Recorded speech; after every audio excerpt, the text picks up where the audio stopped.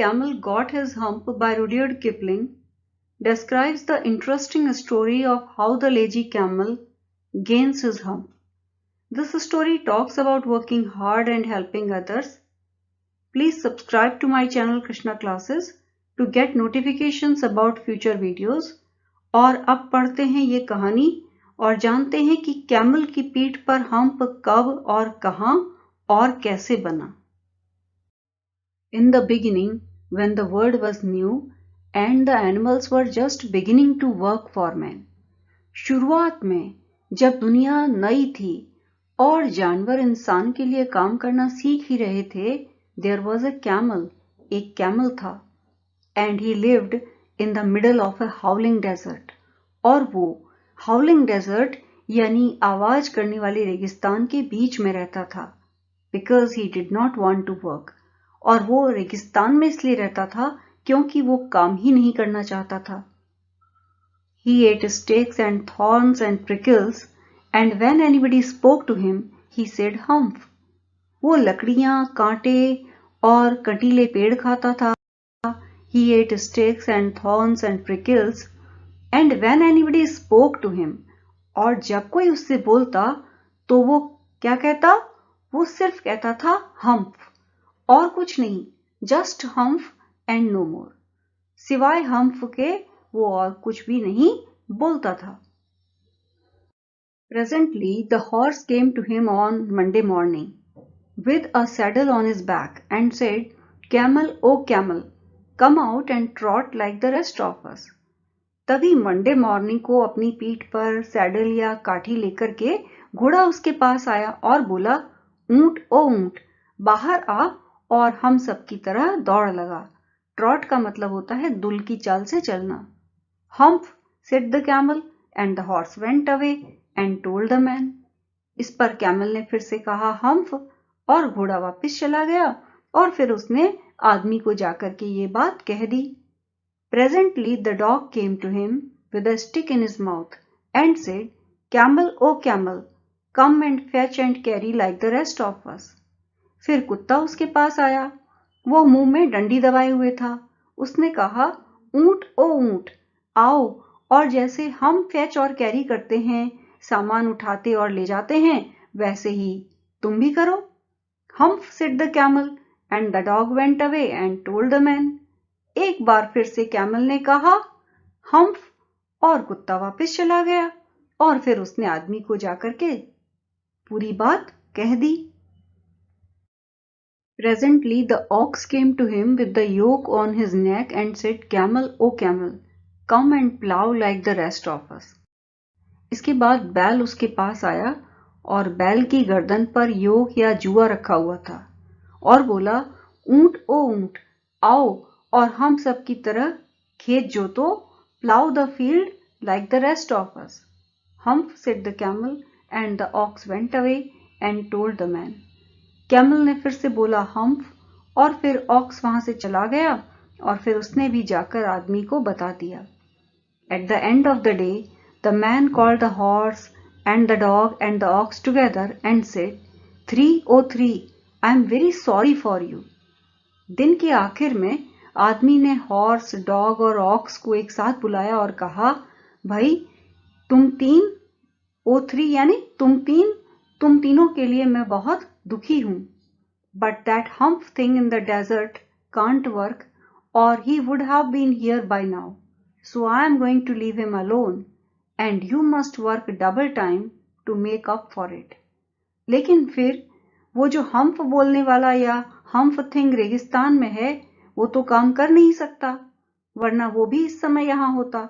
इसलिए उसको तो मैं अकेले छोड़ दूंगा और तुम्हें डबल टाइम यानी दुगने समय तक काम करना होगा ताकि उसके हिस्से के काम की भरपाई हो सके. That made the three very angry and they held a panchayat on the edge of the desert and the camel came chewing cud and laughed at them.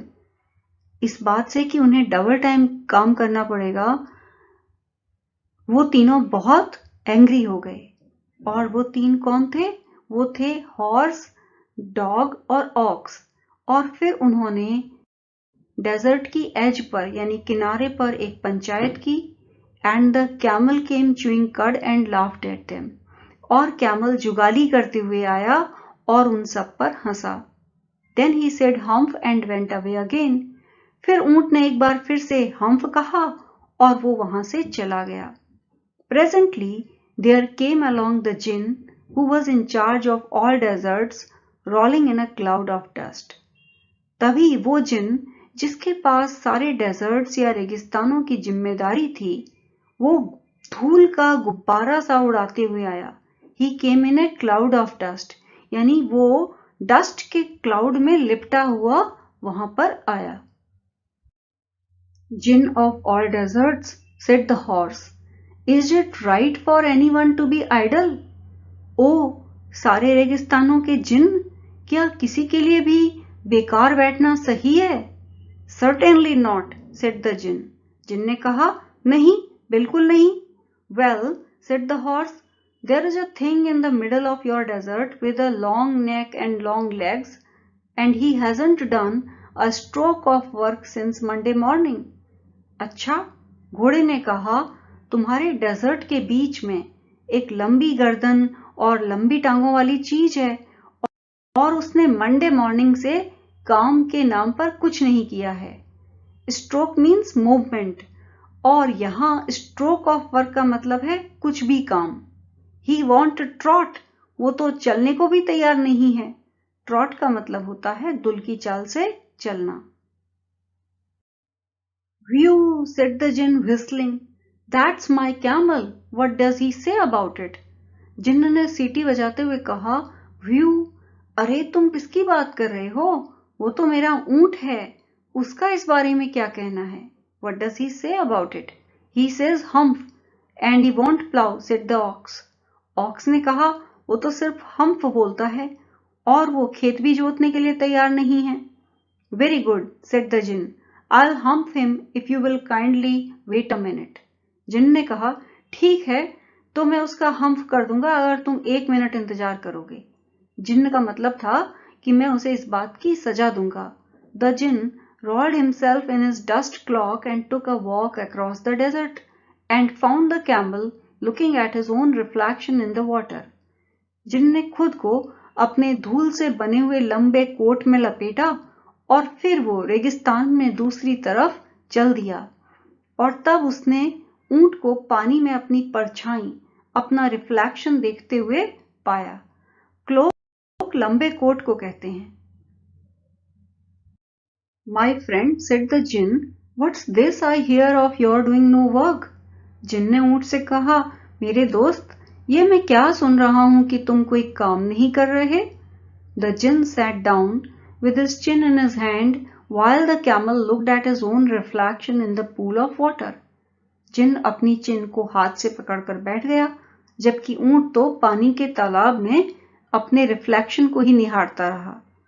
You have given the 3 extra work ever since Monday morning, all on account of your idleness, said the jinn. जिन ने फिर कहा, तुमने उन तीनों को extra work दे रखा है Monday morning से और ऐसा सिर्फ अपने आलसीपन के कारण तुमने किया है. All on account of your idleness. Idleness यानी आलसीपन या काम नहीं करना. And he went on thinking with his chin in his hand. और ऐसा कहने के बाद जिन फिर से एक बार अपनी ठुड्डी को हाथ से पकड़ करके सोचने लगा. हम्फ, सेड द कैमल. कैमल ने फिर से वही कहा, हम्फ.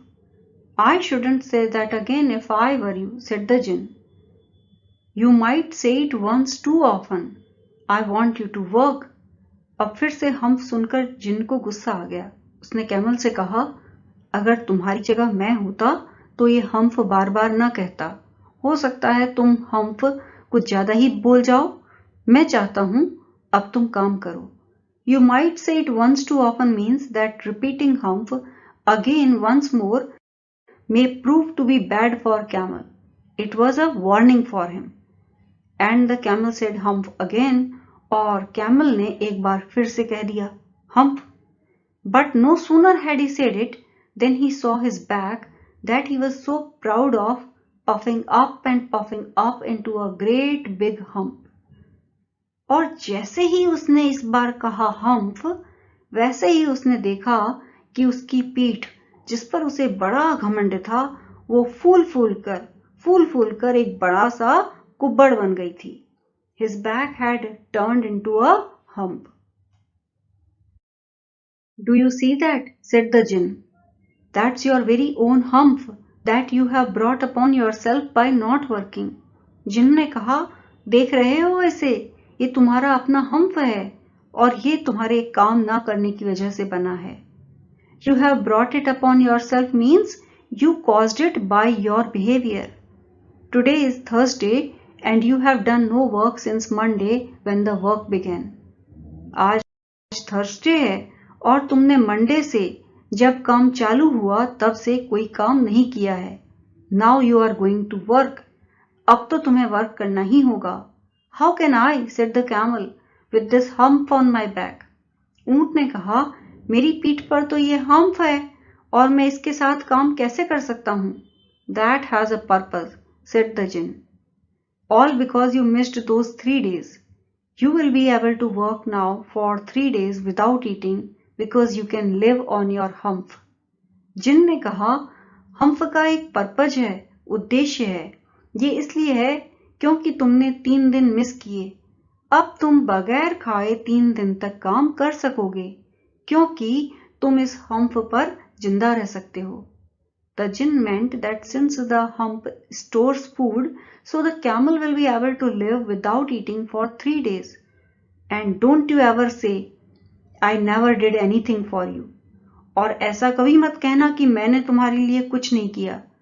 Come out of the desert and go to the 3 and behave.